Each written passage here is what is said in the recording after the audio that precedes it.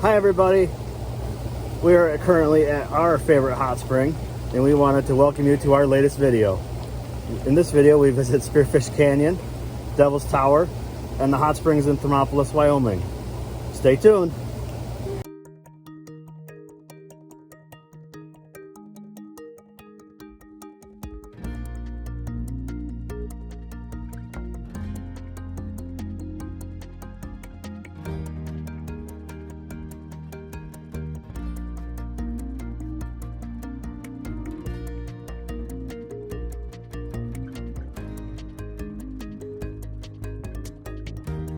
Spearfish Canyon is a scenic 19-mile drive along Highway 14A in South Dakota and is super pretty. It follows a creek, and over the course of the drive, the elevation actually changes 2,000 feet.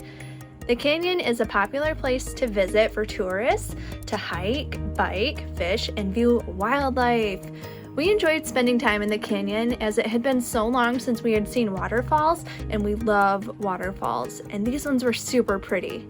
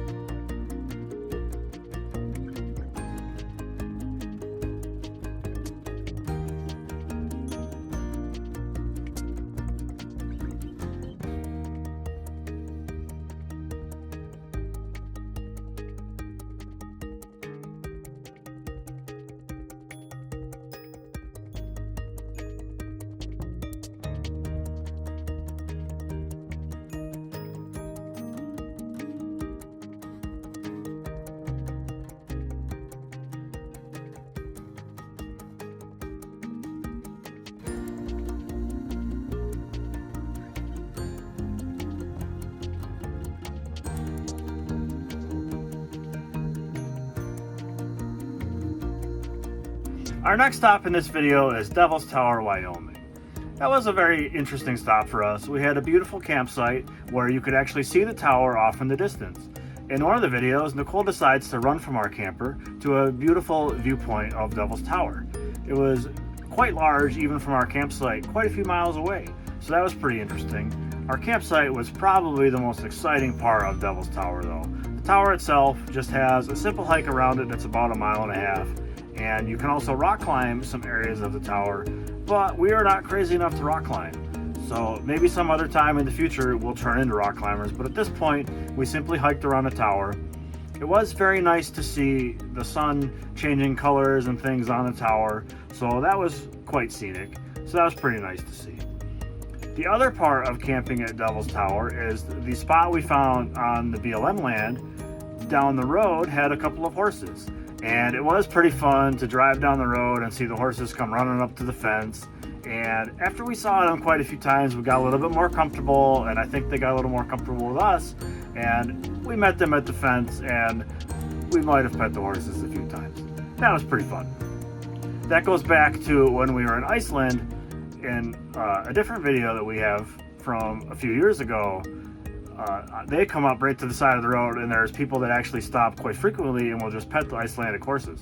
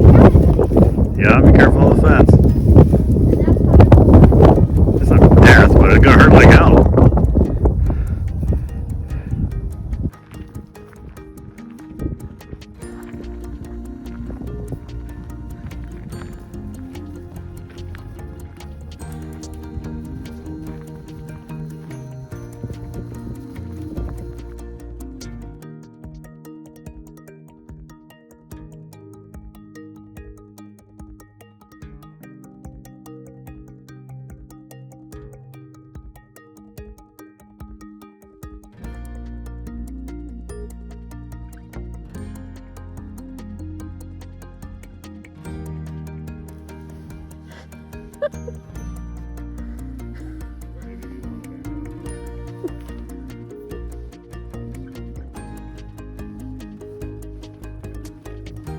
had to zoom out until I zoomed in.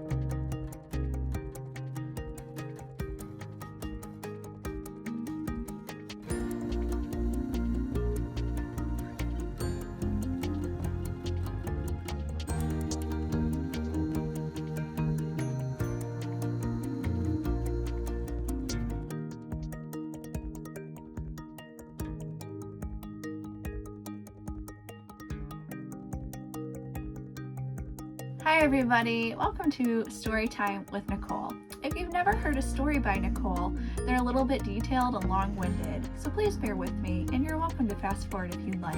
I think this is an interesting story. So out of the last 2 weeks, we've been boondocking the majority of the time and really enjoy it. So for this next stop in Thermopolis, we wanted to find another spot to boondock. I could really only find one on BLM land, so I punched that in and that's where we headed to. So the day was going pretty good, everything was fine, and the Garmin told us to turn down our road to go to our actual spot. And we passed it because there was no road to actually turn down on. So we turned around, we found a pullout, and there was a road that we were supposed to turn on in this pullout, only there was a gate and locked and it said no trespassing. So we were like, what do we do now? So we wondered maybe that there was another road that we could get to.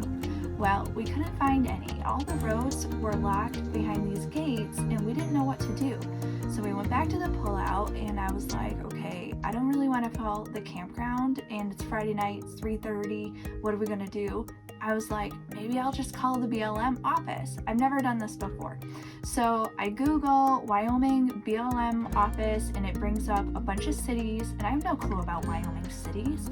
So I picked Cody because I knew that one. And so I called them and they referred me to another one who referred me to another one. And finally I got to a lady where I could ask her my question of, is there any BLM land in Thermopolis that is available for dispersed camping? And she said that it's hard to explain and you're better off just downloading this app called On X. So I download this app and it shows you where BLM land is and other owned land. It shows you all this stuff. And so then we start just driving, trying to find a road. Well, most of them have gates on them and we never really checked, but we finally found one that didn't have a gate on it and was BLM land because you're not allowed to cross private property to get to BLM land. It was very hard. So we found this road and we drive down it and we have the trailer and I'm a little nervous because I don't like going in places that I don't know with the trailer. You can't just turn around and stuff. And so there's just like sagebrush everywhere. There's cows. It's like hilly, and we just kept going. We came to an intersection. We saw what we thought was like a clearing in the distance. So we go down the road. By the way, the road is like a little 2-track road. Like, these are not roads. And we get to this clearing and we pull in and we get out and we're like, wow, we think this could work. It was so cool because we were in the middle of nowhere and we found this one all by ourselves, and so we were super proud of ourselves.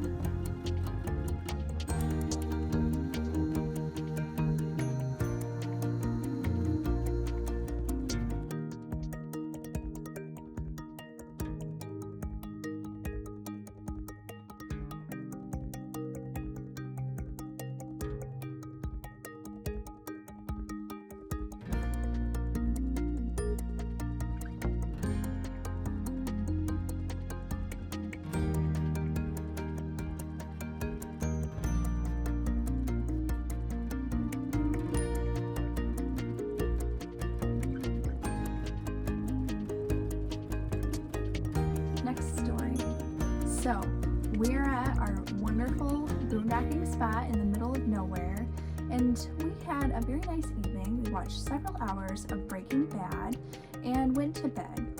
And I woke up at about 2:44 specifically in the morning to the camper shaking. It would shake and then it would stop, and then it would shake again and it would stop, and I'm wondering what the heck is going on because nobody is around us, not for miles. And my camper is shaking and it's in the middle of the night. So I wake Kyle up. Kyle, get up. The camper is shaking. So I'm startled awake. For whatever reason, I don't feel the camper shaking. I guess I'm more of a deep sleeper than Nicole. So first instinct is it's just the wind. Because ever since we got into South Dakota, it's been extremely windy. So I just assumed that the wind was blowing the camper. But you would hear the wind, especially at this amount, to shake the camper as violently as it is shaking. So now I'm a little concerned. The camper is shaking pretty good. It's the middle of the night. We are in BFE. There is no people around anywhere. I don't know where the closest house is. We're 2 miles off the road. There is nobody around anywhere near us. So I stumble out of bed and I'm trying to figure out what to do because something is shaking our camper, but I don't want to go with the first instinct and just turn on all the lights and, whatever is outside will now know that I'm aware, so that's not what I want to do. So I'm looking, scrambling around, trying to figure out what to do and trying to figure out exactly what it is outside. So as Kyle is, going through this, I'm going through the same thing. Like, what should I do? Should I grab something? Who is outside? And then I had a thought, a very funny thought of what might be going on. So in this particular boondocking spot, we have been surrounded by a lot of cows. So I finally figure out and get my nerve enough. I look outside the window and I see that the cows have moved in right next to the camper. So I quick flip on the outside light, open up the door, and we hear 30 cows stampeding away from the camper. And so we both just burst out laughing because a cow must have been using a part of our camper as a scratching post and was shaking it in the middle of the night, freaking us out. This is crazy. This is definitely a first for us, and who would have thought that this would happen? We were it was like one of those afraids, like you're in go time, your life is on the line, and it's goddamn cows scratching. So if you're out boondocking in the middle of nowhere, watch out for cows. You never know when they'll wake you up in the middle of the night.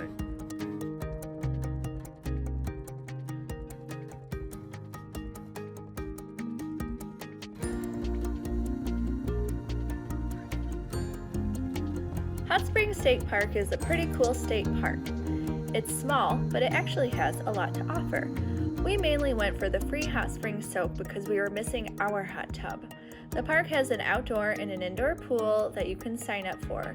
They really only want you to soak for 20 minutes if it's busy, but they do not really police it. We went first thing in the morning when they opened, and there was maybe 10 other people in the pool with us. Hardly anybody showed up after our group started to leave. The water is actual hot spring mineral water, and they drain and refill the pool every other day. Aside from the state park pool, there are private pools that you can pay for, and it's a popular place to have birthday parties. The park offered a scenic drive that you could stop at different points along the way and check out various things like a swinging suspension bridge that crosses the Bighorn River, hot spring terraces, sinkholes, and scenic overlooks. It's also a good place to get some hiking and biking in. For a small park, it was pretty jam-packed and we really enjoyed it here.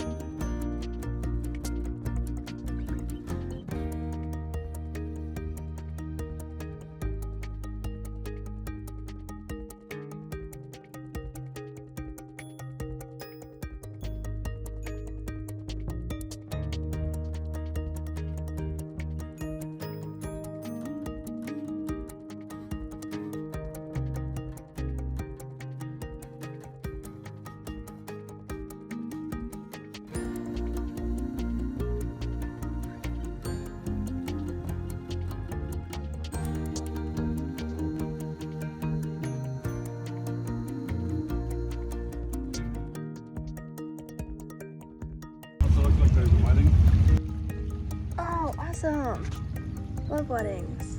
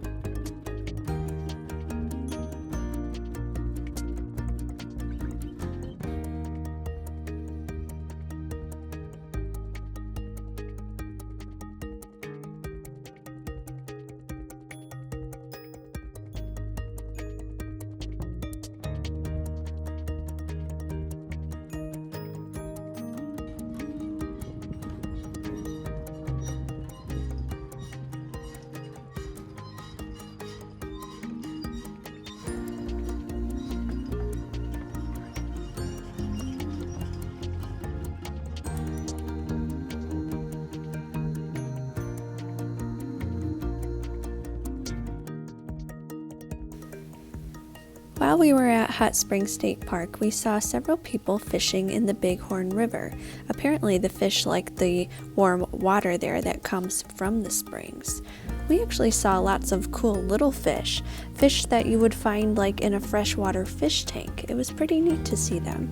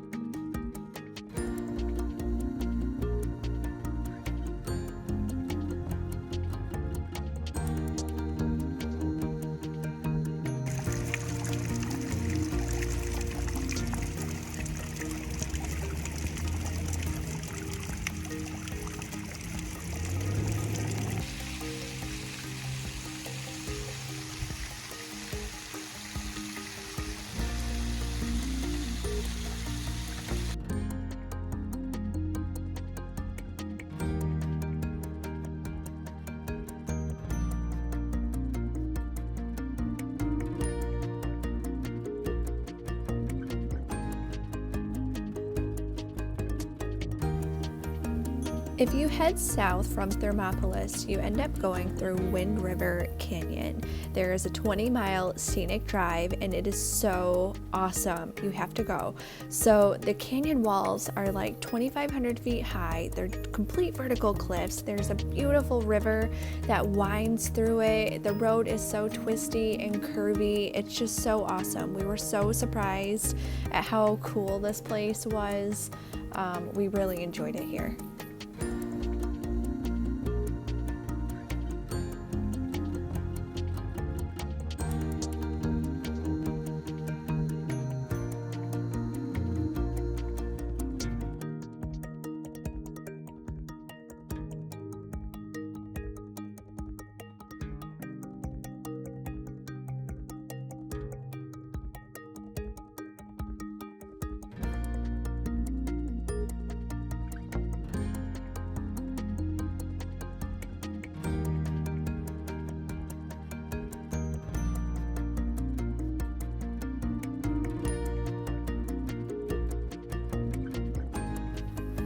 So once you get out of Wind River Canyon, you immediately enter Boysen State Park. This park is super scenic as well. There's a ginormous lake. People like to boat and fish here. We didn't see a ton of people boating, but I'm not sure if we were in the right spot to see that because it's such a big lake. There's little tiny islands in it, so pretty. Loved the campsites on it. If I ever came back, I would definitely want to camp at one of these campgrounds because you can literally like camp right on the lake. It's so cool.